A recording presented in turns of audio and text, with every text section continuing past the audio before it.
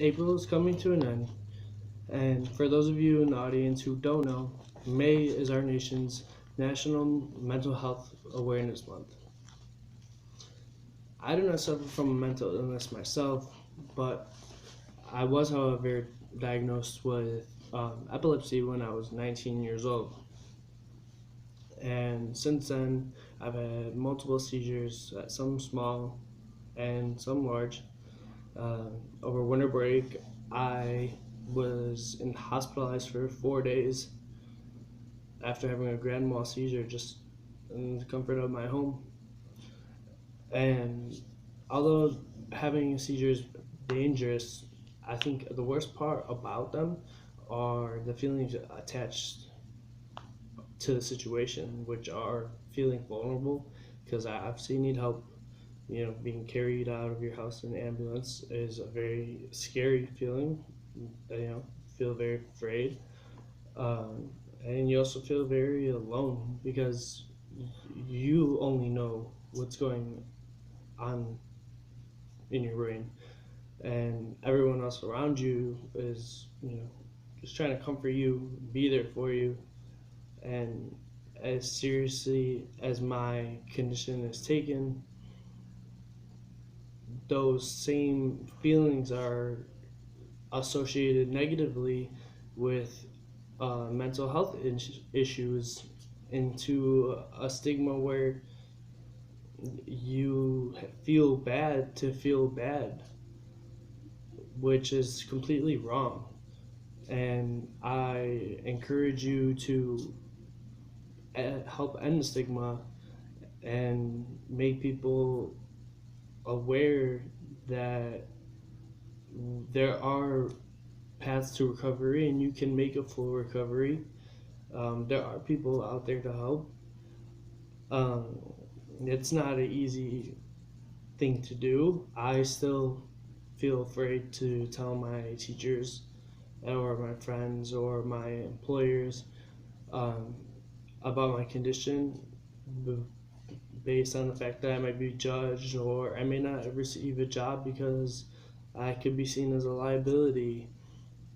Um, and I can only imagine how much worse it is for someone with a mental disability, such as having anxiety or bipolar disorder or PTSD, where you constantly carry around this gray cloud day in and day out, and you feel as though your challenges are a burden on everyone else. But the truth is, 1 in 4 people in America suffer from a mental illness. It's not that uncommon, but shockingly, less than 40% of those people actually go and seek help for themselves and try to get better. And it's it's sad that people feel like their challenges are a burden on us. I don't feel like it's a burden when someone needs to talk to me about something that's going on in their lives. And we need to let them know that.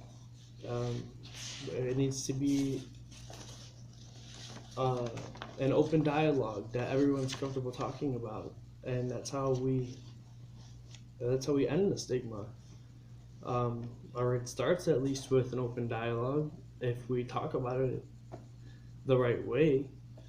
Um, Mental health is somewhat of a touchy subject, and a lot of the times we don't talk about it very well. Like, for instance, one of the only times we actively talk about it is after a mass shooting where the killer, was said to have a mental illness and gets away with a murder trial or whatever. And all of a sudden, you just victimized everyone else that has a mental disorder, because now subconsciously people are connecting mass murders with mental illnesses with mental disorders, and it's just adding to the negative connotation, and it's an inappropriate time to bring up that topic of conversation, because the vast majority of people with mental illnesses are nonviolent. Like most statistics say that less than 5% of them are nonviolent.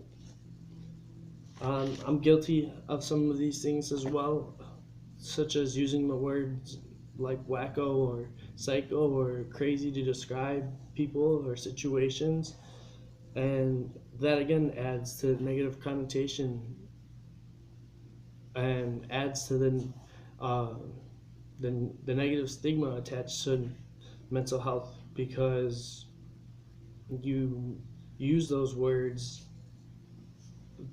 as a way of describing something in a bad way, and then therefore, mental illness is a bad thing. um, but when we talk about like being physically hurt, it's a completely normal topic to talk about. I've had a shoulder injury, and I had no problem telling my friends about it and telling them about what the doctor said, and how my surgery was and how I was feeling and all of the above, how the recovery went. And it's even commercialized at times, where physical disabilities, which some are very personal, and that's kind of gross, but those are the times where open dialogue can be very helpful amongst each other, and even on TV, because there's no negative connotation associated with it. To go along with that, there's not enough funding uh, in mental health institutions across the country. It's a shock. There's a shockingly high number of people who just end up in jail, because they they have nowhere else to go. And when 2 million people that need help are sitting in a jail cell, you have a big problem, and it's like the equivalent to putting them in an insane asylum.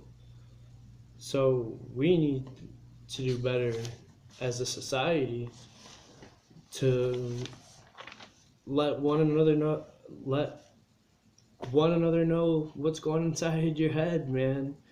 Like it's okay to be struggling, and there is a road to recovery, and it is possible to change your life around and live a happy life and live life to your fullest potential. And I encourage you to spread the message throughout the month, throughout the year. Always be there for somebody, and you never know who you're going to come across that may need just someone to talk to. Thank you.